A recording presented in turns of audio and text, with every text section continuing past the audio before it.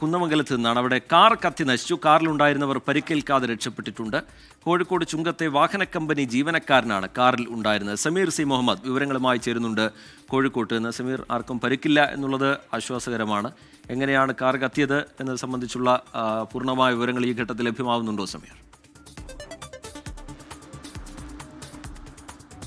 റിജിത്ത്, കോഴിക്കോട് വയനാട് ദേശീയപാതയിലാണ് ഇത്തരം ഒരു അപകടം ഉണ്ടായത്. അല്പസമയം മുമ്പാണ് കാറിന് തീപിടിച്ചത്. ഓടിക്കൊണ്ടിരിക്കെ കാറിന് തീപിടിക്കുകയായിരുന്നു. അതിൻ്റെ മുൻഭാഗത്തു നിന്ന് തീ പടർന്നത് കണ്ടതോടുകൂടിയാണ് ഈ 4 പേരും പുറത്തേക്കിറങ്ങിയത്. അതുകൊണ്ടാണ് റിജിത്ത് സൂചിപ്പിച്ചതുപോലെ വലിയ ഒരു ദുരന്തം ഒഴിവായത്. വലിയ ആശ്വാസമാവുന്ന ഒരു കാര്യത്തിലേക്ക് കാര്യങ്ങൾ എത്തിയത്.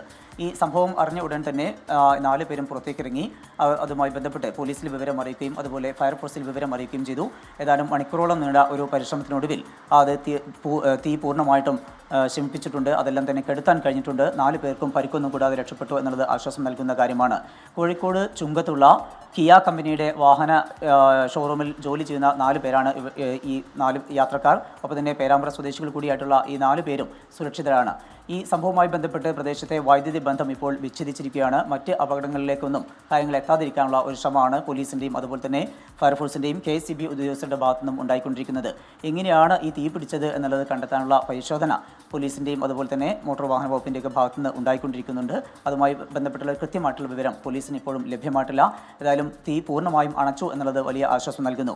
ദേശീയപാത 766 ഇത്തരമൊരു സംഭവം ഉണ്ടായത്. തുടർന്ന് ഏറെ നേരം ഗതാഗത കുരുക്ക് അനുഭവപ്പെട്ടിരുന്നു. ആ ഗതാഗത കുരുക്കിനും ഇപ്പോൾ ശമനം വന്നിട്ടുണ്ട്. വാഹനങ്ങൾ കടത്തിവിട്ടു തുടങ്ങിയിട്ടുണ്ട്. റിജിത്ത്, ശരി. സമീർ സി മുഹമ്മദ് വിശദാംശങ്ങൾ നൽകുകയായിരുന്നു കോഴിക്കോട്ട് നിന്ന്.